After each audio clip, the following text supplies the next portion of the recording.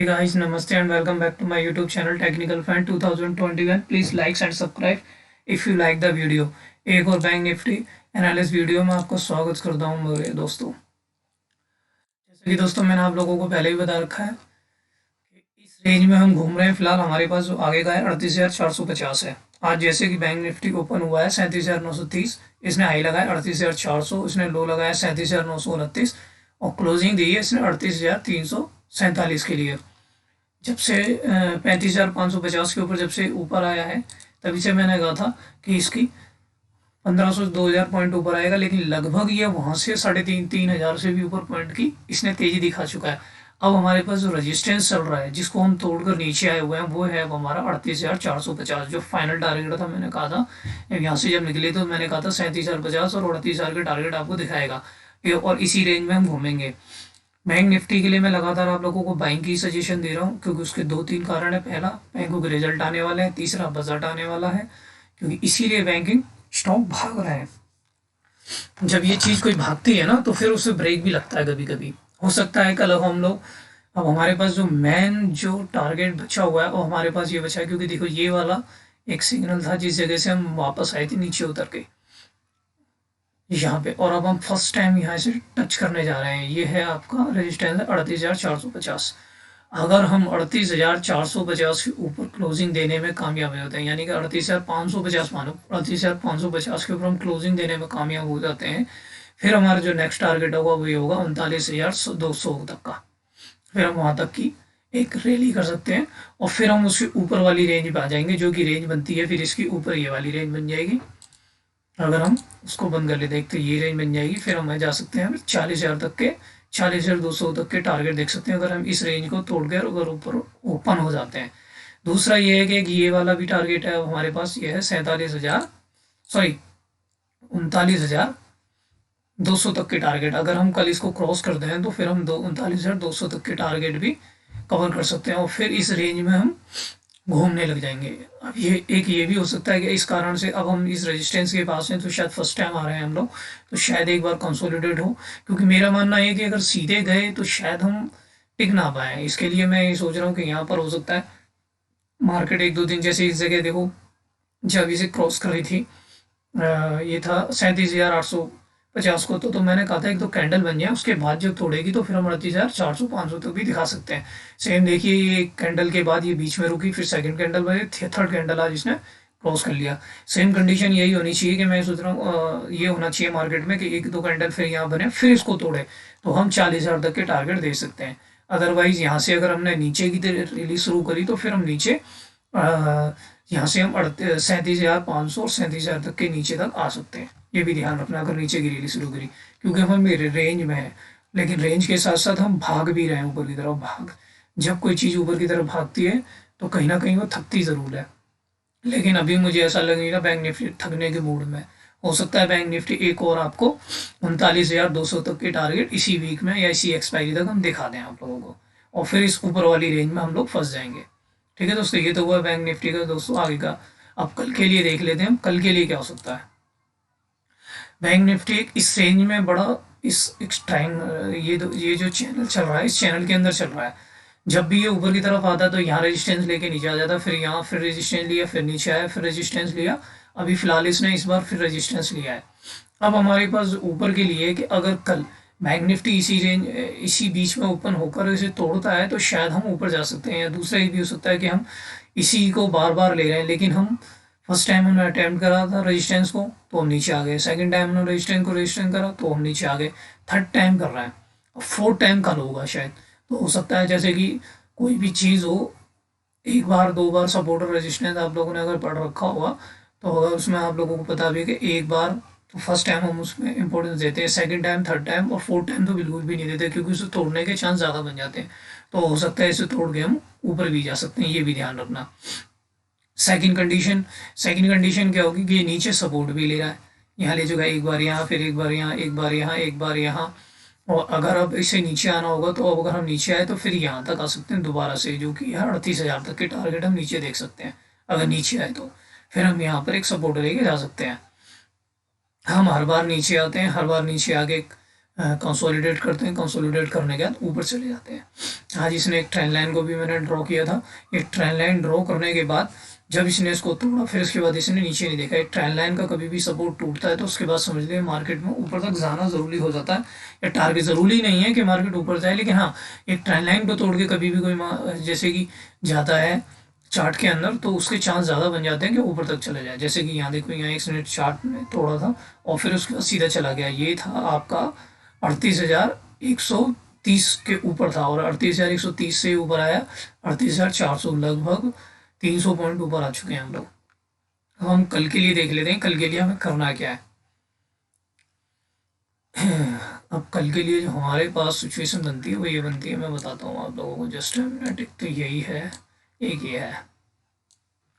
अब हमारे पास ये सिचुएशन है, इसके बीच में अगर कहीं ओपन होते हैं 38,400 से लेके और 38,260 के बीच में कहीं ओपन हो, ओपन होने के बाद अगर हम इस ट्रेंड लाइन को जो इस दिख रहा है, मैं आपको बार बता, इसे तोड़ दें ऊपर की तरफ और 38,400 को तोड़ के 38,450 को अगर तोड़ दें, मैन इधर तोड़ के जाएंगे तो कोई फायदा नहीं। 38,400 के ऊपर अगर हम तोड़ के चले जाते हैं तो फिर हम 38,800 तक के टारगेट और 39,200 तक के टारगेट देख सकते हैं ऊपर की तरफ। एक ये भी सिचुएशन किया है कि अगर हम इसी बीच ओपन हो और ओपन होने के बाद इसे तोड़ दें नीचे की तरफ, तो फिर हम 38,100 और 38,000 तक आ सकते हैं। लेकिन अगर नीचे आए भी तो आप बाइंग के बारे में ही सोचना। मार्केट डिप एंड बाइंग का हो चुका है, बाय एंड डिप हो चुका है। जितना भी नीचे आएगा मार्केट, जब भी आए आप बाय करो। जैसे कि मैंने आज भी ऊपर गया, ऊपर आने का डिप मारा इसने अच्छा खासा और फिर एकदम सडनली ऊपर आ गया। सेम कंडीशन आपको कल भी मिल सकती है कि जैसे ओपन हो, ओपन होने के बाद फर्स्ट टाइम एक बार नीचे आए, इस ट्रेंड लाइन का भी सपोर्ट ले सकता है, या फिर 38,100 और 38,000 के बीच में अगर मिलता है आप लोगों को तो बाइंग के बारे में ही सोचना और ऊपर की तरफ बाइंग ही सोचना। ठीक है, अगर हम ऊपर ही खुल जाए 38,450, 38,550, तो वेट करेंगे हम 38,580 के निकलने का। अगर हम 38,580 निकल जाता है तो फिर हम बाइंग कर सकते हैं। फिर ये एक शॉर्ट कवरिंग आ जाएगी मार्केट के अंदर थोड़ी बहुत, क्योंकि 38,500 पे कॉल राइटर बैठे हुए हैं और जैसे ही 38,580 को हम तोड़ेंगे फिर हमारा टारगेट जो होगा वो 38,750, फिर 38,900 और फिर फाइनल टारगेट हमारा 39,200 तक के हो सकते हैं, जो कि हम कल भी कवर कर सकते हैं। क्योंकि हम एक चैनल में चल रहे हैं और इस चैनल टूटा तो समझ लो हम ऊपर भाग जाएंगे बहुत तेज़ी से। अगर नीचे खुलते हैं तो मैं आपको बार बार बता रहा हूँ, नीचे खुले तो हम बाइंग में ही सोचेंगे। नीचे खुलने के बाद तो मैं बाइंग में ही सोचना है, शॉर्ट तो सोचना ही नहीं है इस समय मार्केट के अंदर। जब तक कल परसों HDFC बैंक के रिजल्ट हो रहे हैं, ये भी ध्यान रखना। तो हो सकता है आज अगर HDFC बैंक चला नहीं तो हो सकता है एक डिप आई है नीचे, तो हो सकता है वो कल दौड़े। और अगर HDFC बैंक अगर दौड़ गया ना तो बहुत तेज़ी से मार्केट ऊपर जाएगी। आज HDFC बैंक ने पूरा सपोर्ट नहीं करा, इस वजह से मार्केट थोड़ा नीचे थी, वरना आज भी ये भाग जाती मार्केट। कोई बात नहीं, ये तो हुए बैंक निफ्टी के लिए कल के लिए। अब हम आगे के लिए देख लेते हैं बैंक निफ्टी के कंपोनेंट्स क्या कर रहे हैं, क्योंकि मैं लगातार बताता हूँ कि बैंक निफ्टी के कंपोनेंट्स ये हमें बताते हैं कि बैंक निफ्टी ऊपर जाएगा या नीचे जाएगा। एक बात का ध्यान रखना, फिलहाल कुछ टाइम के लिए आप लोग बाइंग के बारे में ही सोचना, सेल के बारे में मत सोचना। तो मतलब सेल कर सकते हो, लेकिन आप देखना सेल में ज़्यादातर आप लॉस में ही जा रहे होंगे। एक्सिस बैंक इसने एक कैंडल बनाई है जिसे बोलते हैं गिरावट भरी कैंडल। अब ये हो सकता है शायद एक बार को डिप दे थोड़ा बहुत नीचे की तरफ, लेकिन अगर ये ऊपर की तरफ निकल गया ना तो फिर ये बहुत तेज़ी से 1300 और 1300 तक के टारगेट मारने वाला है, अगर ये ऊपर चला गया तो यहाँ से। और यह अगर इसको नीचे तोड़ता है, ये 1222 के नीचे आता है तो थोड़ा बहुत नहीं जाए। यू बैंक उस समझ में ही नहीं आ रहा कब कहाँ भाग रहा है, कभी नीचे होता है बहुत तेज़ी से, कभी ऊपर होता है 3-3, 4-4% के ऊपर नीचे हो जाता है बहुत तेज़ी से। तो अभी फिलहाल इसमें कुछ ना करें, अगर ऊपर की तरफ जाता है तो इसमें बाइंग करेंगे, या एक डिप आ जाए नीचे तब इसके अंदर बाइंग करें। एक्सिस बैंक जैसा कि मैंने आप लोगों को बताया था कि डिप आ जाए, डिप आने के बाद इसमें बाई करेंगे। डिप आई थी इसमें 725 तक के लिए, जिसने भी बाई किया वो होल्ड कर सकते हैं। 760 तक के टारगेट इसमें आने वाले टाइम पर आ सकते हैं। इसके बाद आता है बंधन बैंक 265 के पास। मैंने आप लोगों को बार बार कहा था इसे बाइंग कर लीजिए। बाइंग करने के बाद इसमें जो टारगेट होगा ये देखिए 262 के ऊपर, मैं बार बार बोल रहा था इसे बाई कर लीजिए। और उसका टारगेट जो है वो 280 तक के टारगेट है, 280 टारगेट आ सकते हैं इसके अंदर। बंधन बैंक के बैंक तो सारे ही चल रहे हैं, कोई सा भी लेके बैठ जाओ तो कुछ भी लेके बैठ जाओ। फेडरल बैंक में मेरा कोई भी नहीं है, क्योंकि बैंक में ही आपको कमाई मिलेगी, क्योंकि अब रिजल्ट भी आ रहे हैं प्लस बजट भी आ रहा है, और सरकारी बैंक और जो अर्ध सरकारी बैंक जो भी हैं सब चलेंगे इस समय। HDFC बैंक, मैं कल कई दिनों से आप लोगों को बता रहा हूँ, क्योंकि जब अब HDFC बैंक की जब तक 1570 के ऊपर क्लोजिंग ना दे दे, या 1570 के ऊपर क्लोजिंग करके ऊपर ना आ जाए, तब तक बैंक HDFC बैंक के अंदर तेजी नहीं आएगी। ये 4 दिनों से इसी जगह घूम रहा है, और इसीलिए बैंक निफ्टी थोड़ा कमज़ोर चल रहा है। जिस दिन ये निकला ना, अगर इस पर आंखें गड़ा कर बैठ जाना कल, क्योंकि मुझे ये लग रहा है परसों इसका रिजल्ट है, परसों तो हो सकता कल और परसों शायद ये भागे। अगर ये भागा तो बैंक निफ्टी आप समझ सकते हो कहाँ तक जा सकता है। तो इस पर कल नज़र लगा के रखना। अगर ये 1570 के ऊपर चला जाए तो इसमें बाइंग भी बना सकते हैं। उसके टारगेट जो होंगे वो 1620 तक के हो सकते हैं, और अगर 3-4% अगर ऊपर करा तो 1650 भी HDFC बैंक दिखा सकता है।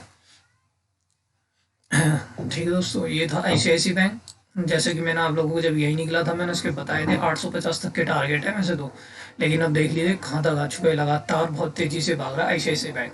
अभी भी इसमें बाइंग बनानी है, तो अब इसका जो ये रेजिस्टेंस है जहाँ से हम नीचे आए, जिस जगह से आज शायद क्लोजिंग दी 810 के पास, अगर ये कल 812 को फिर से 12-13 को इसके हाई को निकालता है तो फिर हम 850 तक के टारगेट देख सकते हैं ICICI बैंक के अंदर। लगातार ICICI बैंक भी दौड़ रहा है, तो कल ये भी चल सकता है, ध्यान रखना। IDFC फर्स्ट में मेरा कोई भी नहीं है। इसके बाद आता है दोस्तों इंडस्ट्री बैंक। ये मैं लगातार बता रहा हूँ कि एक रेंज में फंस गया अब ये धीरे धीरे यहीं गुजर रहा है, क्योंकि इसके अंदर थोड़ी सी नेगेटिव न्यूज़ आ गई थी, इस वजह से थोड़ा भाग नहीं रहा, लेकिन तेज़ी के लिए तैयार हो रहा है, ध्यान रखना।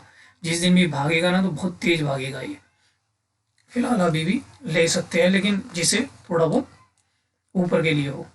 कोटक बैंक लगातार मैं कह रहा हूँ, देखो इसने भी 2 दिन अपना यहीं गुजारा, 2 दिन के बाद आज इसने फिर से तोड़ दिया है। इसने 1930 के रेंज को तोड़ दिया। अब ये ऊपर क्लोजिंग दे दी है इसने 1947 के 48 के करीब।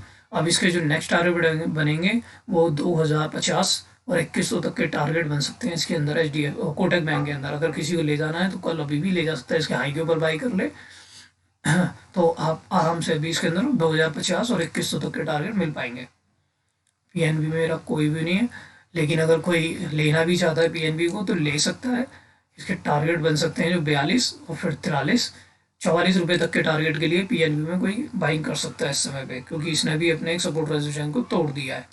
RBL बैंक में मेरा कोई भी नहीं है, इसे छोड़ दीजिए। इसके बाद SBI,